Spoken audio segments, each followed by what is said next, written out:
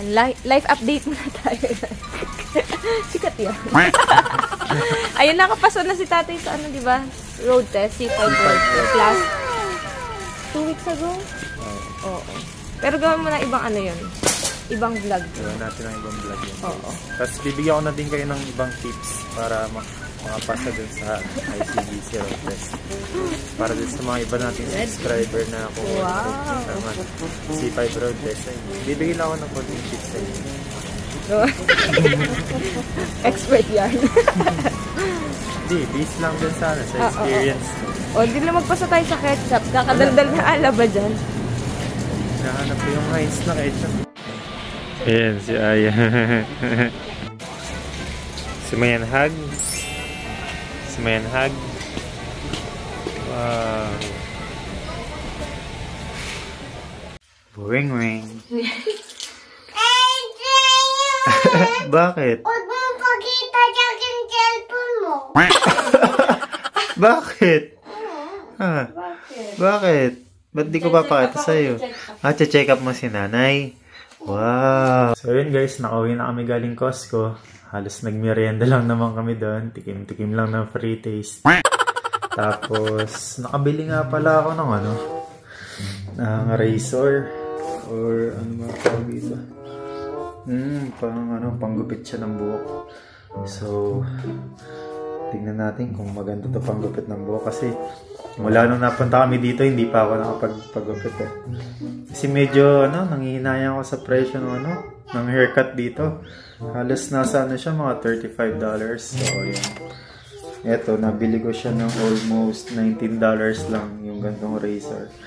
So, magdi-DIY na lang ako na maggupit sa sarili ko. Gupitan ko na lang yung sarili ko para kahit pa paano makatipid-tipid, di ba? So, ayan. Try natin to guys kung maganda to panggupit ng buhok. So, magupitan si tatay? Opo. Si Aya. Gugupitan na si Aya. Ikaw gugupitan ka na din? Hindi pala, Aya mo. Tay, mag-shave ka din naman. Diyos ko. Diyos ko, ano nangyari? Bakit no shave doon? No shave Movember. Tapos, ano pala siya? May cord. Tapos, may mga bala.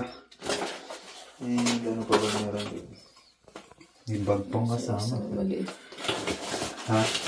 Maliit. Tapos ito may gunting nakasama. Gunting, supply, clip. May panglangis yun. Bagal nga naman tayo yung sinasabi. Gupitan din kita, Aya? Ayaw mo, si tatay lang magugupit? Anong gupit gusto mong gupit ni tatay? Ito. Gusto mo kalbo si tatay? Kalbo? Ayoko. Ayaw mo kalbo si tatay? Huwag naman. Ayaw mo kalbo? Ayoko. Anong gusto mo? Long lang. Long lang? Ay, wow. Tingnan mo natin. Long lang. Wow.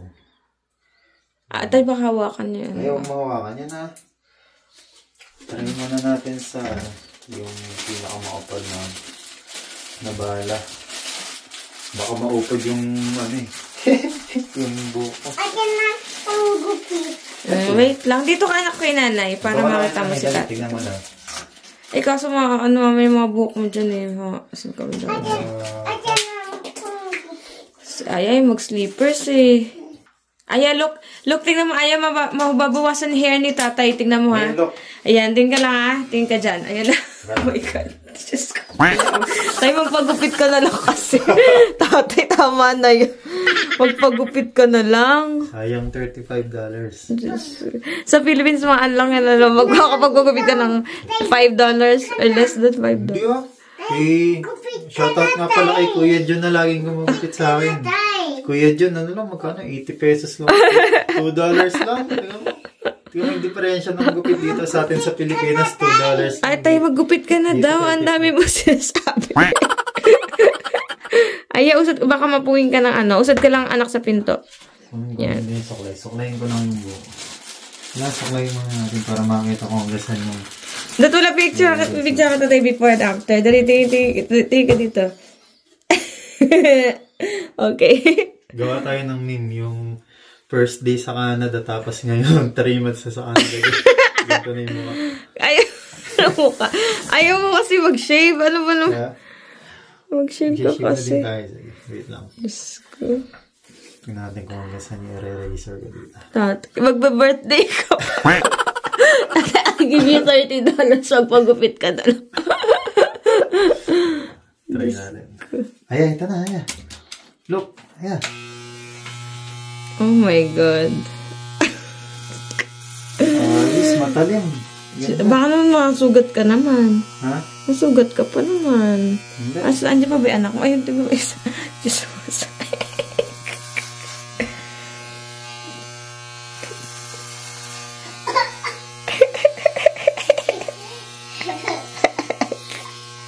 Tumatawa. Ni tatay buhok niya. Ano? Ha? Ni tatay buhok. Scoop mo daw. Ini-scoop mo daw yung buhok. Bukas. Parang Who's that? Who's there? Tatay? Naku, tatay. Ay, hindi. Masyado pang makapal tong number 8. Ipasyan pa natin lumama. Pero di ba back in the Philippines talaga nang ginugupitan mo si Papa? Papa, ako nagugupit kay Papa. So si Papa, siya naman nagugupit sa akin wala nung bata ako, wala nung maliit ako. Ayun, puro si Papa talaga nagugupit sa akin. Kaya nakatipid din ako sa barber. Yay! Yay! Tay, huwag mo masyado nang nipisan. Tingnan ko nga, yung gilid. Ayan, ganyan, okay na yan ah. Ha? Oo, ayaw ko manipis. Hindi, ninipisan mo pa yun mamaya. Ikaw magninipis. Ano ko? Tay, gusto. Nagkaloko-loko. Ninipisan mo pa yan, ikaw gugupit mamaya. Oo. So, paano nabawasan mo? Oo, tingnan natin paano mapapantay yan. Anong, di ba? Paano nga ba gagawin natin, guys? Tatay, baka matira sa taas mo ka pala. Ha? Baka matira. Ninipisan natin. Ay, okay na pala tayo. Ayos na. Hindi masyadong baguhin ko, huwag tong number 8, nipisan pa natin. Yay! Ito, number 4 nga natin. Si tatay baka sobrang nipis yun ah. Hindi, tingnan natin.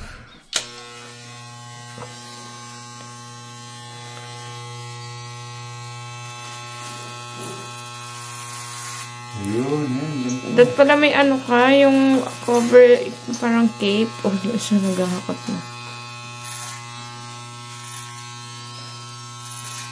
Diyos ko.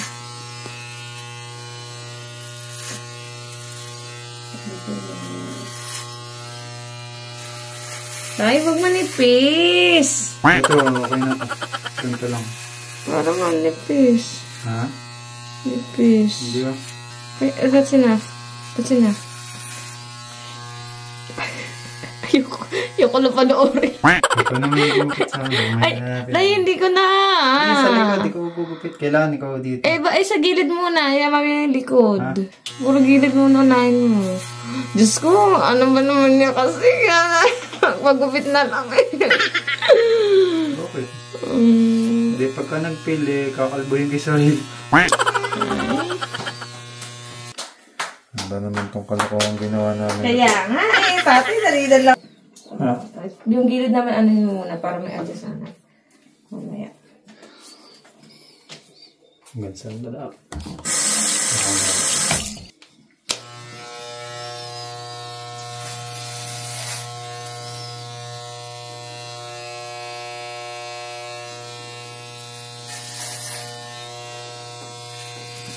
Babalikan.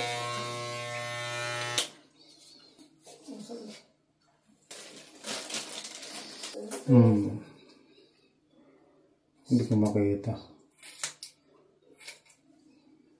Paano malalaan hanggang gano'n gugupitin? Tatansyahin ko lang. Naggaganyan na talaga ikaw dati? Hindi. Oo. Hindi ko makita. Baka matal ka ni tatay. Ay, huwag makapal yung ibabaw. Hindi ako nga di makapal. Basta yun nasa ibabaw na ganyan. Kakalbin ko na lang nang matapos. Parang makurol na ako. Parang makurol.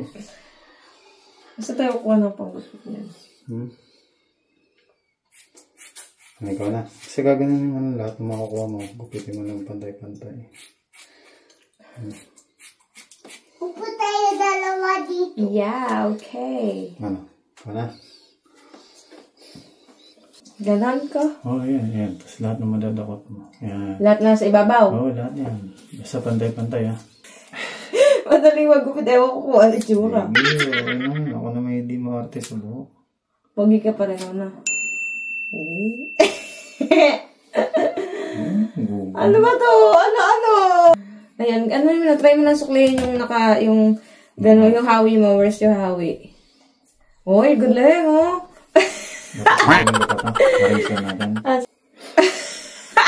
Alam, Diyos ko, gilas mo yan. Patitigan mo yan, no? Walking out ka. Pati nagamit ko. Inubos mo na, no? Ito na lang, medyo buwasan. Alin? Harap? Oo. Ito gamit ko. Asan? Gumulong? Ayun. Last na yan? Last na to. Konti lang. Hindi lang. Huwag na yung pantay-pantay. Parang kung si Park Seo-joon. Dito, okay na. Hindi ko alam. Tatay. Pero okay naman. Ayan. Wow. Mag-selfie ka sa kay Mark. Buwasan ko na sa konti. Sa kay Kuya Ed.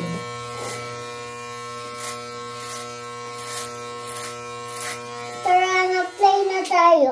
Tingnan nga. Oo, I think it's good. Ha?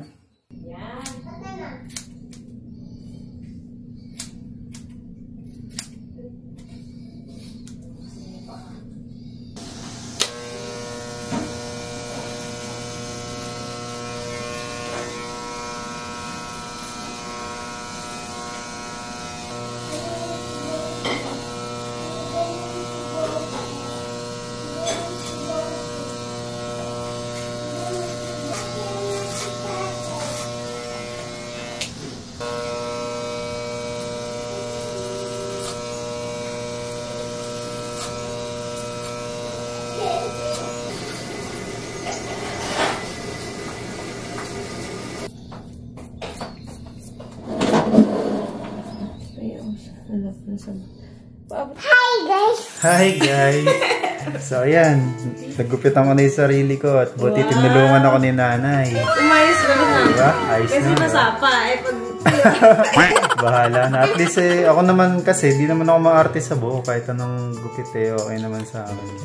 At least after 3 months, nakapag-gupit din ako ng buhok kasi huling gupit ko pa nung bago kami umalis sa Philippines pa bago kami umalis. 2 days bago tayo umalis.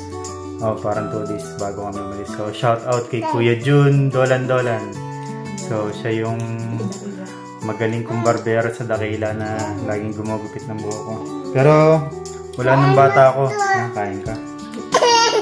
Pero ayun, mula nga nung bata ako, si Papa yung laging gumagupit sa akin.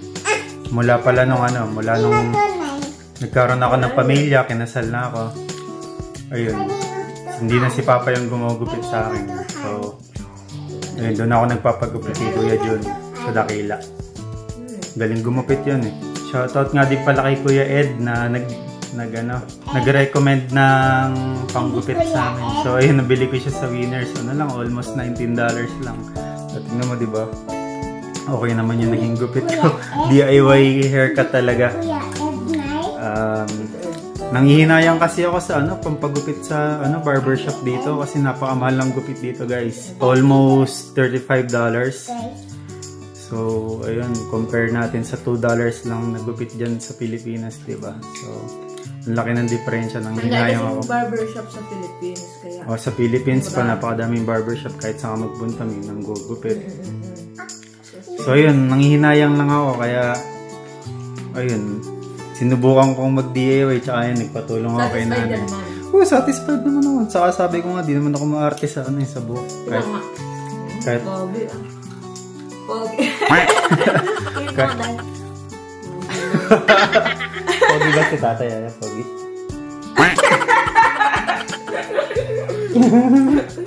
Talaga. Si Aya pretty? Pretty lang.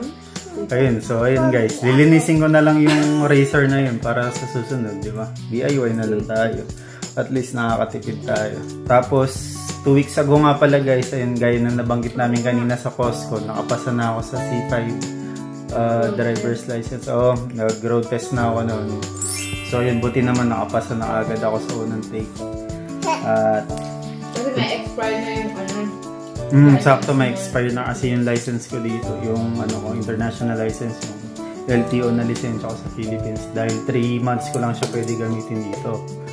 So, ayan. Buti na lang bago ma-expired. Naipas ako na yung road test ko. Tara dito. Ayun. Siguro gawa ko ng ibang vlog tungkol dun sa sa experience ko sa road test na yun. Tapos magbigay na lang din ako ng konting tip para dun sa ibang gusto mag-take ng ICBC road test dito sa British Columbia. Si Nanay, may work na. So, ayan. Nay, saan ba nag-work? Sa Tim Hortons. Tim Hortons. So, lapit siya sa school, sa college, sa CNC. So, Okay naman siya, nakailang ano na ako, 2 weeks na ba ako mahigit. Yung unang Kumusta na? linggo, gulong-gulong sa buhay. Talagang, ang hirap. Kasi di ba ang beverages, nalilito ako sa bills. Pero kung okay na. Ganun naman talaga, guys, sa una, di ba, pagka sa bagong trabaho na papasukan natin, tapos di natin alam kung... Channel ka. Ha? Channel ka. Anong channel? Channel? Subscribe to our channel? Subscribe to our channel. Ayun, mentras naman tatagal tayo sa trabaho, di ba, mas magagamay natin yung ginagawa natin doon. So, ganun din naman ako noon sa Canadian Tire. Diba, wala naman ako experience sa ganung trabaho dahil nga previous job natin, di naman ganun. Pero kaya naman. Ganun talaga dito sa Canada. Kailangan magtiyaga, sipag. Channel muna. Channel Subscribe daw kayo sa channel namin, guys. Sabi ni Aya, sabi mo, subscribe. Sabi mo. Subscribe daw kayo sa channel namin, guys. Ayan, sa susunod ng mga vlog na lang, guys. Hanggang dito na lang muna. At least kahit pa paano nakatipid-tipid kami sa pampagupit ng buhok. Ayan, so please continue to support our YouTube channel, guys.